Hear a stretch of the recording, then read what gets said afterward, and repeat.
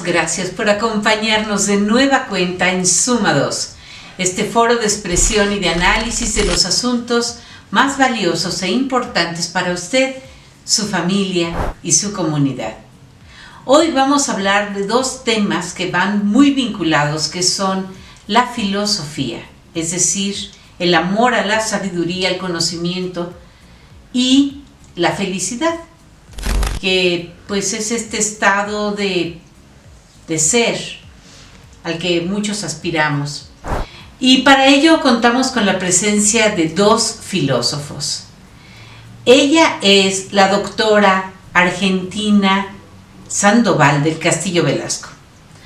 Argentina Sandoval es licenciada en Filosofía por la Universidad Autónoma de Querétaro, es maestra en Filosofía por la Universidad de Guanajuato, doctora en Filosofía por la Universidad de Guanajuato, ha sido becaria por el CONACYT desde el 2013 al 2019. Realizó una estancia de investigación en la Universidad de Valencia, España. Ha publicado en diferentes medios especializados en la filosofía. Ha dirigido cursos, talleres, es profesora universitaria, es investigadora también. A la doctora Argentina Sandoval quisiera preguntarle, para empezar esta charla, ¿qué es la filosofía? ¿Cómo se puede explicar el contenido de esta disciplina, estudio que engloba muchos otros estudios, muchas otras ramas de la investigación del pensamiento humano?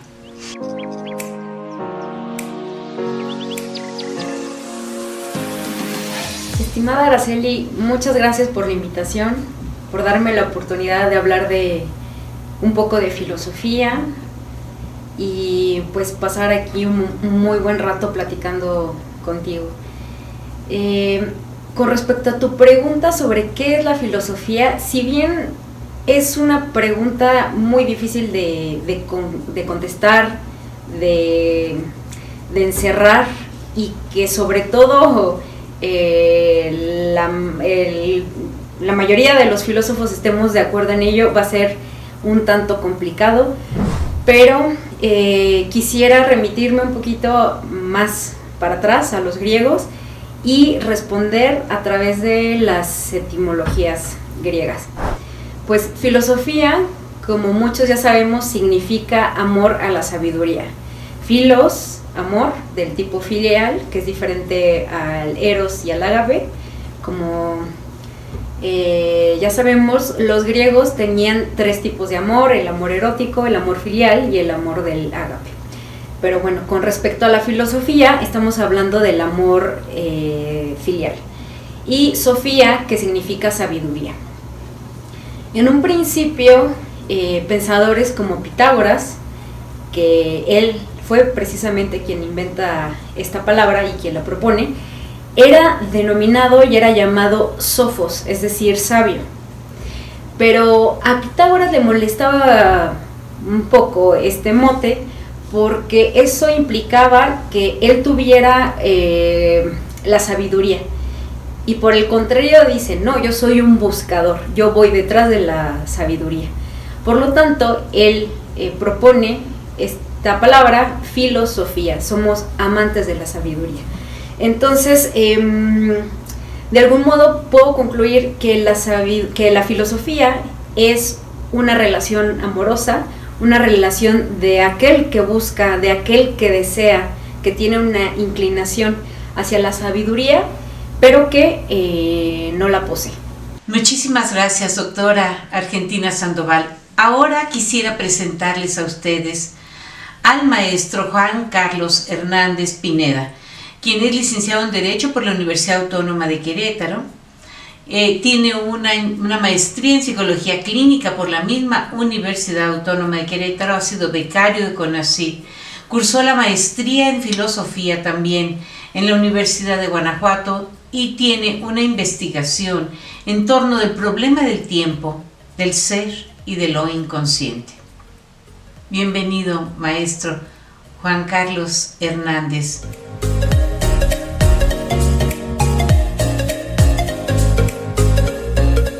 Hola Araceli, muchas gracias por la invitación. Agradezco a ti y a tu auditorio esta oportunidad que me brindan para poder hablar un poco respecto a la filosofía. Maestro Juan Carlos Hernández, ¿para qué es útil la filosofía? ¿De qué manera se pueden aplicar en la vida cotidiana, digamos, los estudios de filosofía? O en este momento en que lo material, el apego a las cosas materiales es tan importante, la profundidad en la reflexión sobre las cosas humanas ha pasado a un segundo término. Maestro Juan Carlos Hernández. Acerca de esta pregunta sobre la utilidad, ¿qué utilidad tiene la filosofía? Bueno, esta pregunta es tan vieja como la filosofía misma. Desde antaño este cuestionamiento ha sido hecho, no exento muchas veces de un prejuicio o de una idea preconcebida en contra de la filosofía. Uno de los antecedentes más remotos podemos de hecho encontrarlo en los griegos, en aquella época en que los políticos, los sofistas, la gente en general, veían con suspicacia a una persona bastante extravagante, que se la pasaba haciendo preguntas, dialogando con aquellos que en aquel entonces eran considerados los sabios de Atenas. Este hombre extravagante, como ya podrán imaginarse, se trataba de Sócrates. Precisamente por filosofar, Sócrates solía ser ridiculizado y acusado por no realizar una actividad que fuera útil y provechosa para la vida pública en Atenas. De hecho, la imposibilidad de asociar una utilidad concreta, material, a la actividad del filósofo es lo que de alguna manera, y simplificando mucho el contexto, fue lo que provocaría que el juicio en contra de Sócrates prosperara y terminara con su condena a muerte.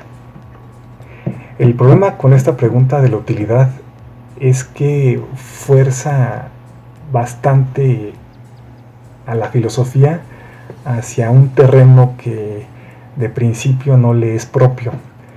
Este terreno es el que concierne a la producción, al de una ocupación que tiende a llevar a cabo algo concreto, el de un hacer que genera un efecto tangible.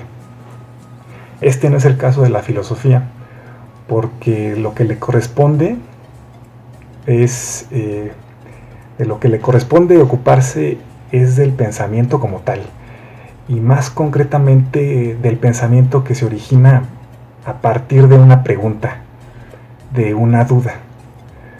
Por eso toda pregunta es en potencia filosófica, y eso era justo lo que hacía Sócrates, como todos los filósofos, dudar y preguntar, tratando de quitarle el tinte utilitarista que pudiera tener la pregunta. Si la filosofía tiene alguna utilidad, es esa, la de aprender a pensar preguntando. Gracias, muy interesante, maestro Hernández.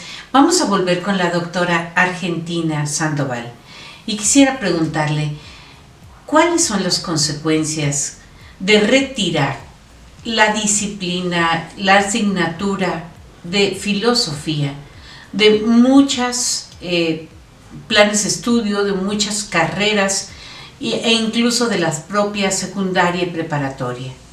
Las consecuencias son muy trágicas. ¿Por qué? Porque pareciera que estamos reduciendo al hombre en un solo ángulo, en una sola arista de su gran diversidad y de su gran abanico de diferentes colores. Entonces, cuando se pretende quitar a la filosofía de las aulas, ¿qué es lo que está sucediendo?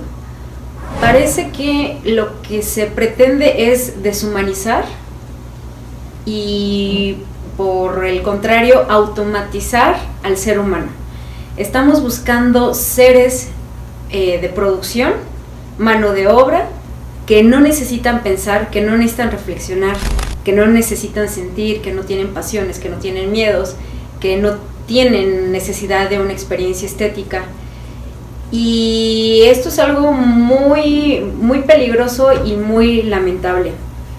La filosofía es algo que se necesita fundamentalmente porque es una parte del ser humano, así como lo es el arte.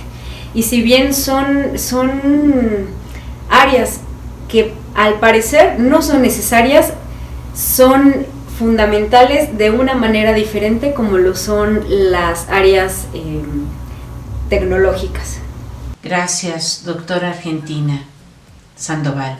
Y quisiera preguntarle también al maestro Juan Carlos Hernández, ¿sirve la filosofía para encontrar el propósito de la vida? ¿Para encontrar un sentido a las cosas que hacemos? ¿Para ayudarnos a definir metas, propósitos?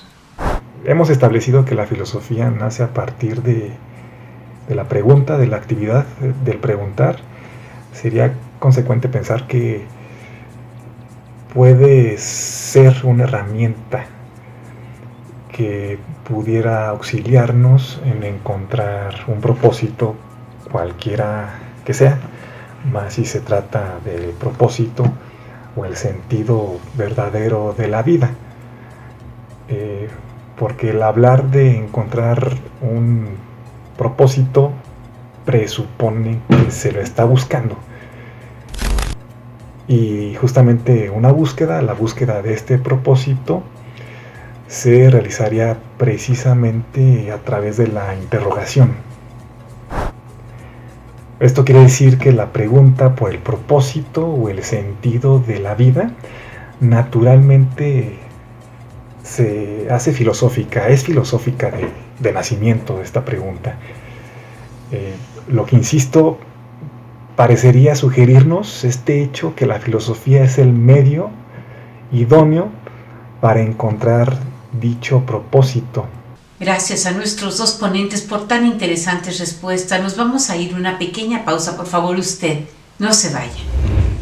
Gracias por continuar con nosotros en Suma 2. Estamos hablando de la filosofía, de su participación en la vida contemporánea como asignatura, como materia de estudio, como un punto de partida para la investigación y el conocimiento de otras ciencias sociales y relativas todas al pensamiento. Estamos con la doctora Argentina Sandoval del Castillo y el maestro Juan Carlos Hernández. A la doctora Sandoval del Castillo quisiera preguntarle sobre la ética, que es una de las ramas de la filosofía. Muchos sentimos que la ética, como un conjunto de principios y valores y de lineamientos para vivir de acuerdo con la conciencia de los seres humanos, está un poco desvalorada, hecha a un lado, en los márgenes, y que ya no tiene mucha cabida dentro de la política o de la cosa pública. Entonces, doctora, ¿qué piensa usted sobre la ética y su vigencia hoy en día?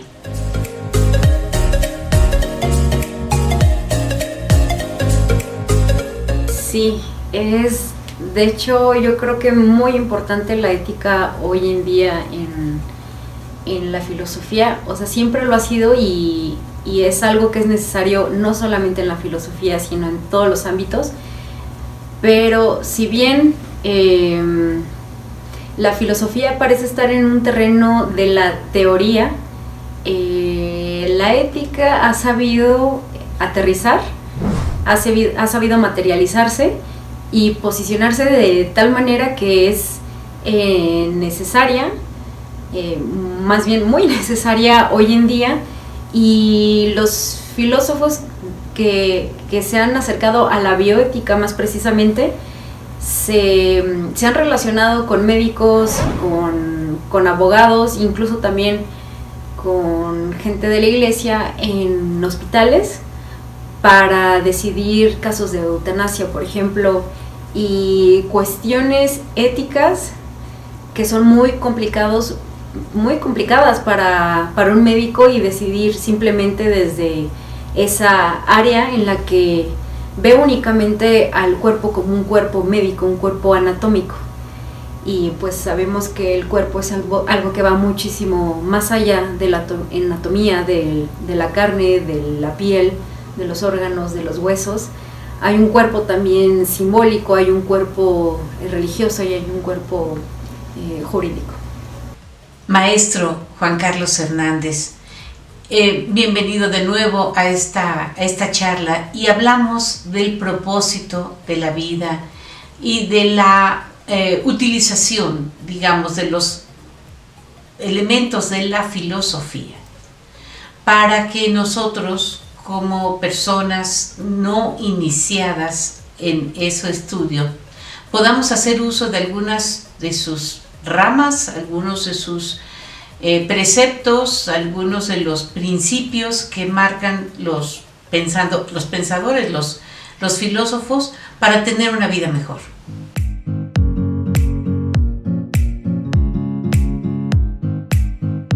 Sí, me parece que sí. Hablando de encontrarle un sentido a la vida, asistimos a una época en que aquello que antes nos proporcionaba un sentido ha sufrido un serio desgaste. Esto ya lo han anunciado y trabajado mucho los filósofos de la posmodernidad. Ellos dicen que, en síntesis, que muchos de esos grandes relatos que sostenían a la humanidad, como la religión o los grandes proyectos políticos, se han ido degradando poco a poco, y actualmente se carece de una dirección o un punto de apoyo que nos marque hacia dónde ir como género humano. Todavía hoy subsisten grandes discursos operantes como la ciencia, pero todos los que sobreviven se insinúan insuficientes para dotarnos de un sentido, de un camino claro. Los mismos científicos y los filósofos de la ciencia aceptan esta limitante y no niegan el carácter instrumental que su disciplina puede adquirir a través de su práctica y lo destructiva, inclusive, que puede llegar a ser. En esta falta de asidero, lo que mejor se ha posicionado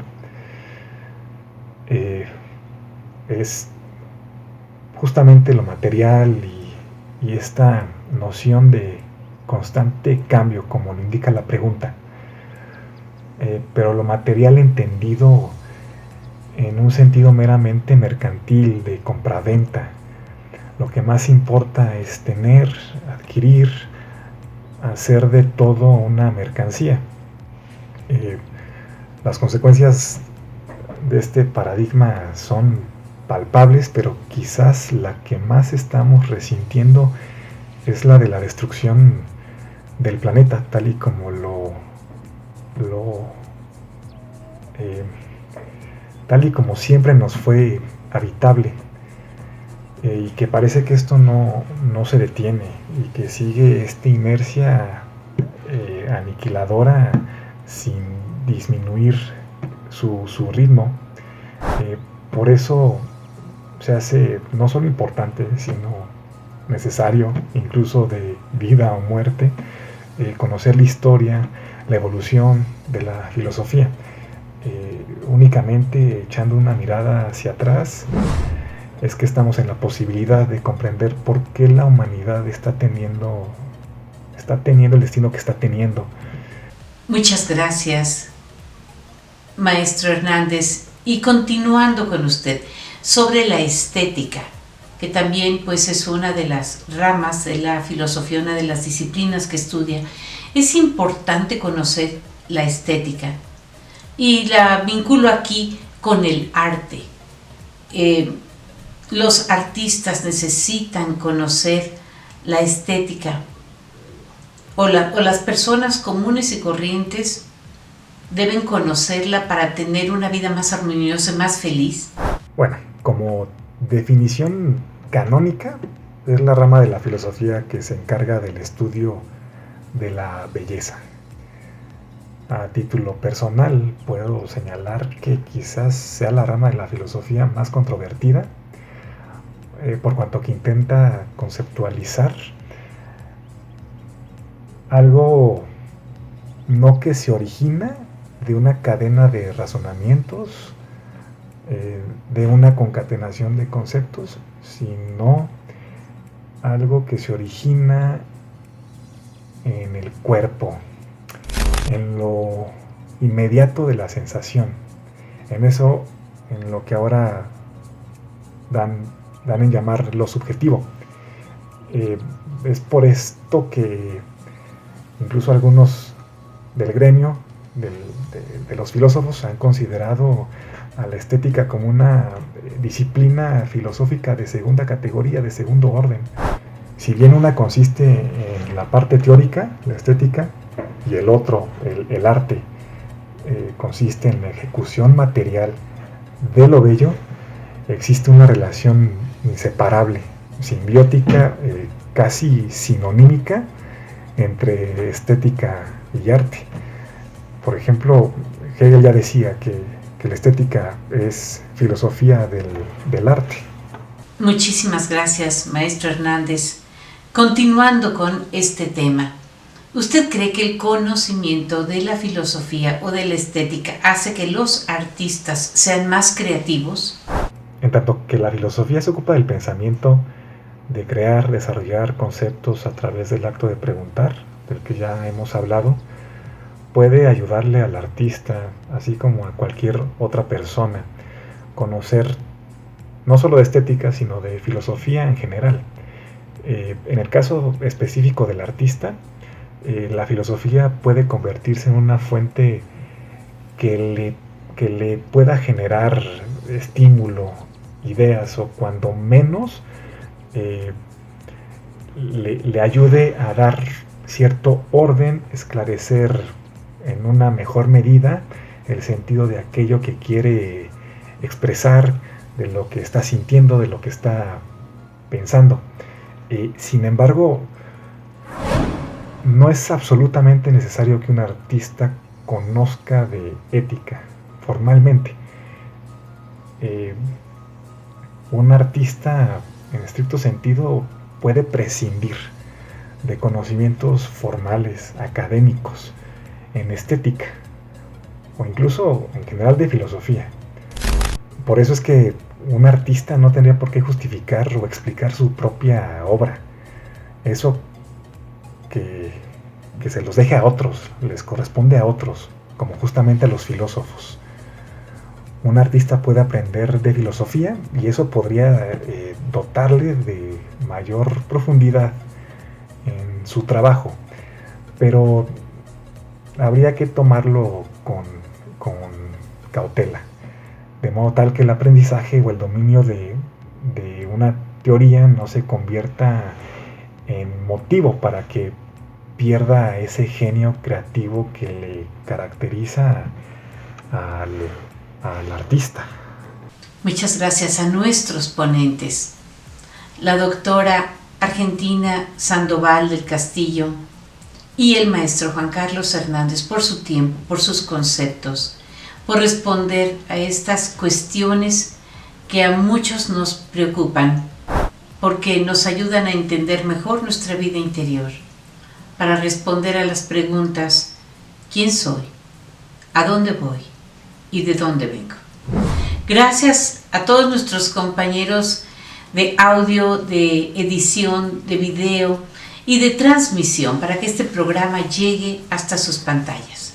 Gracias al apoyo técnico y edición de Adrián Monroy y también de nuestra directora general de Radio y Televisión Querétaro, Claudia Ivonne Hernández. Hasta la próxima.